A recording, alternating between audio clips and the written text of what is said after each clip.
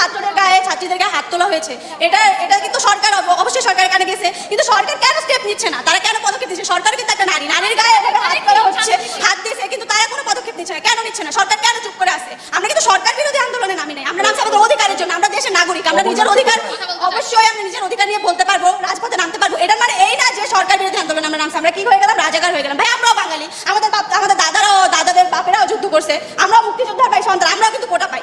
কিন্তু আমরা কেন আসছি? আমরা যাতে মেয়েদের মূল্যায়নটা হয়, এই জন্যই আসছি, আর কিছুই না। আমরা ন্যাশনালের স্টুডেন্ট, আমরা এতদিন কিন্তু কেউই রাস্তায় নামি নাই, কিন্তু আজকে আমরা বাধ্য হয়েছি। কেন বাধ্য হচ্ছি? যে অন্যায় ভাবে, কেন? যেহেতু হলে মেয়েরাও সেফ না, ছেলেরাও সেফ না। এটা কি অন্যায় হচ্ছে?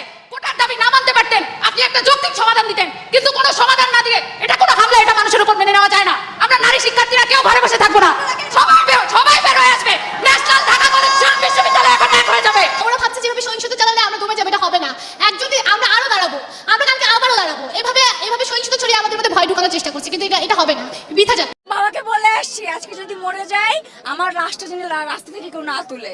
প্রয়োজনে শহীদ হবো, কিন্তু সংস্কার করে তবেই গড়ে ফিরবো ইনশাল্লাহ। আমরা নারী শিক্ষার্থীরা কেউ ঘরে বসে থাকবো না, সবাই বের হয়ে আসবে। ন্যাশনাল ঢাকা কলেজ বিশ্ববিদ্যালয় এখন এক হয়ে যাবে। সহিংসতা ছড়িয়ে আমাদের মধ্যে ভয় ঢোকানোর চেষ্টা করছে, কিন্তু এটা হবে না, বৃথা যাবে।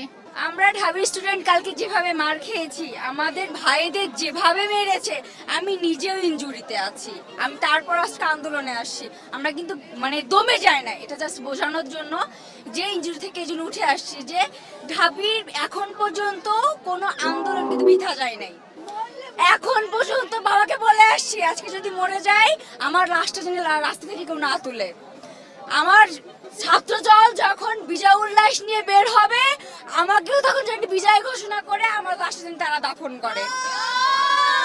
এইটা বাসা থেকে বলে আসছি, এখন কি হবে সেটা পরে দেখা যাবে ইনশাল্লাহ।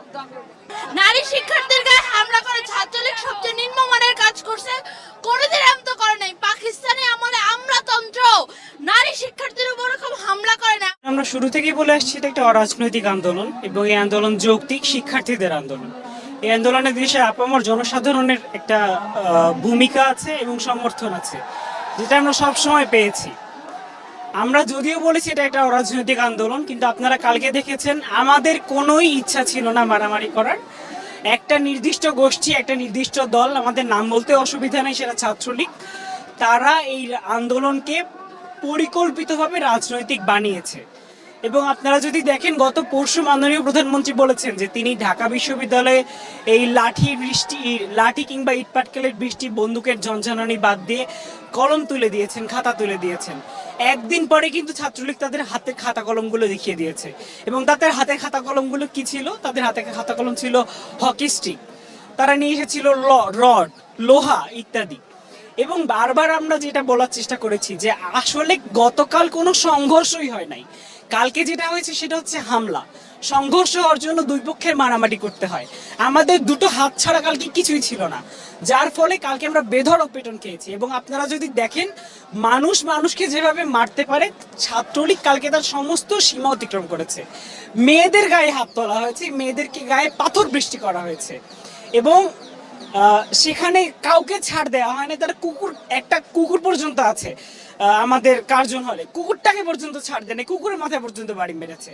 তো এই পর্যায়ে যাওয়ার পরে একটা আন্দোলনকে আজকে আপনারা দেখেছেন, আমরা আজকেও বিক্ষোভ সমাবেশ করতে এসেছি এখানে।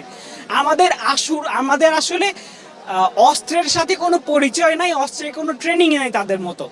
তারা শুরু থেকে অস্ত্রের সাথে পরিচিত, তারা নিয়মিত ট্রেনিং প্রাপ্ত। এবং আজকে তারা কি করেছে? আজকে আমরা আসার সময় দেখলাম তারা বিভিন্ন স্থান থেকে টোকাই ভাড়া করেছে। টোকাই ভাড়া করে তারা আজকে সাধারণ শিক্ষার্থীদের উপর আন্দোলনের উপর হামলা করতে এসেছে। আজকের আন্দোলনটা একদিন না একদিন শেষ হয়ে যাবে, কিন্তু ছাত্রলীগ তো থাকবে। এর পরবর্তীতে কোনো আন্দোলনে, কোনো পরিপ্রেক্ষিতে যদি তারা বলে তারা সাধারণ ছাত্রদের জন্য কাজ করে, তাদের ইতিহাস ছাত্রদের ইতিহাস, তাহলে তাদের দ্বিতীয়বার করে ভাবা উচিত যে তারা ছাত্রদের উপরেই বারবার হামলা করে এসেছে।